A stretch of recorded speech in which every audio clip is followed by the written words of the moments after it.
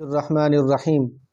میرے دوستو، جیسا کہ آپ کے علم میں ہے کہ شیخ المشائخ ولی کامل پیر طریقت رہبر شریعت حضرت اقدس مولانا محمد پیر ذوالفقار احمد نقشبندی رحمۃ اللہ تعالی علیہ اس دار فانی سے کوچ فرما چکے ہیں، رخصت ہو چکے ہیں۔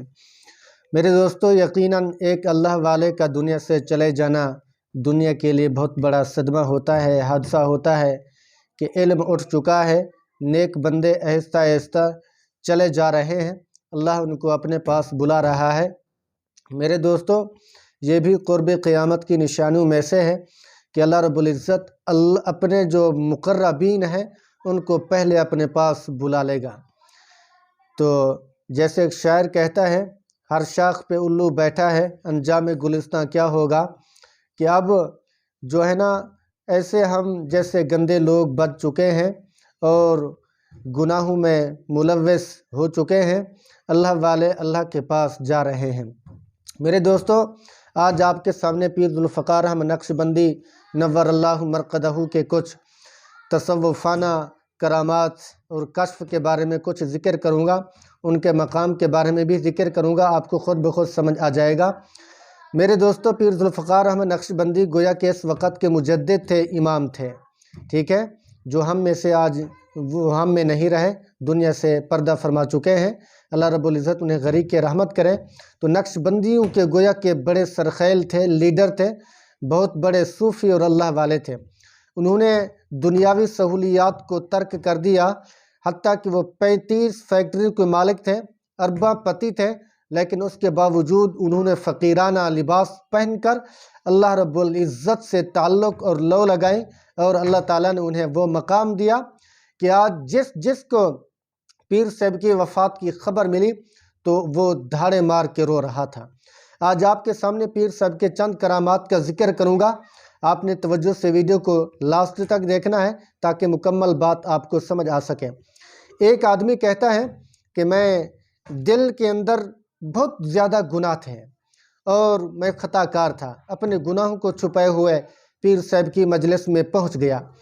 تو پیر صاحب میرا نام لیے بغیر تو اس نے فرمایا، پیر صاحب رحمۃ اللہ علیہ نے، کہ بیٹا اپنے نفس کو بچا لے، اللہ تجھے بچانا چاہتا ہے، ورنہ دل سخت ہو جائے گا، شیطان کے شکنجے میں تو پھنس جائے گا، اپنے آپ کو بچا لے۔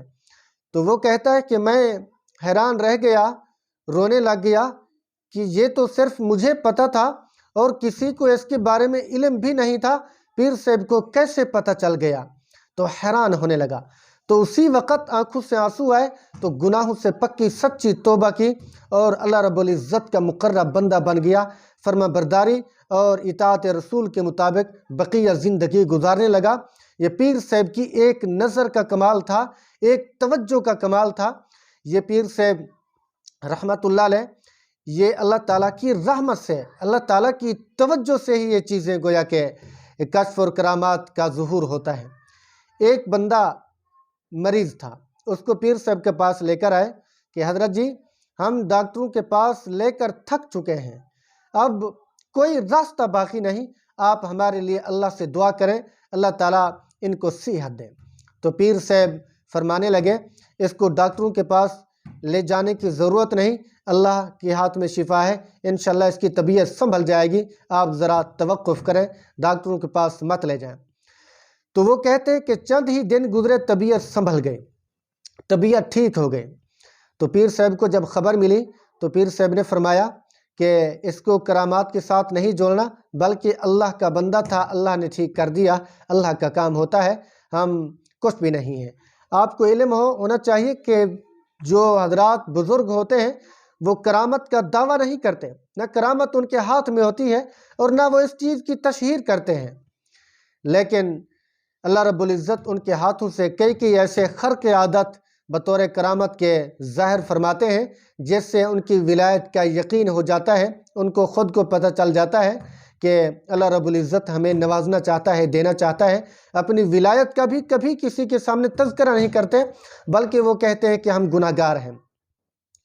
ایک مرتبہ پیر صاحب رحمت اللہ علیہ چونکہ اب تو فوت ہو چکے ہیں، اب رحمت اللہ کہتے ہوئے بھی تھوڑا سا دل کے اندر کپ کپی تاریخ ہوتی ہے، اتنے بڑے اللہ والے بزرگ، تو اللہ تعالیٰ ان کو غریق رحمت کرے، ہمیں ان کے نقش قدم پر چلنے والا بنائے، اور ان کے گھر والوں کو صبر جمیل کی توفیق دیں، اور ان کے صاحبزادگان کو، صاحبزادیوں کو دین کے اوپر کاربند فرمائے، اور ہمیں پیر صاحب کی جتنی ہدایات ہیں ان کے مطابق ہمیں زندگی گزارنے کی توفیق نصیب فرمائے۔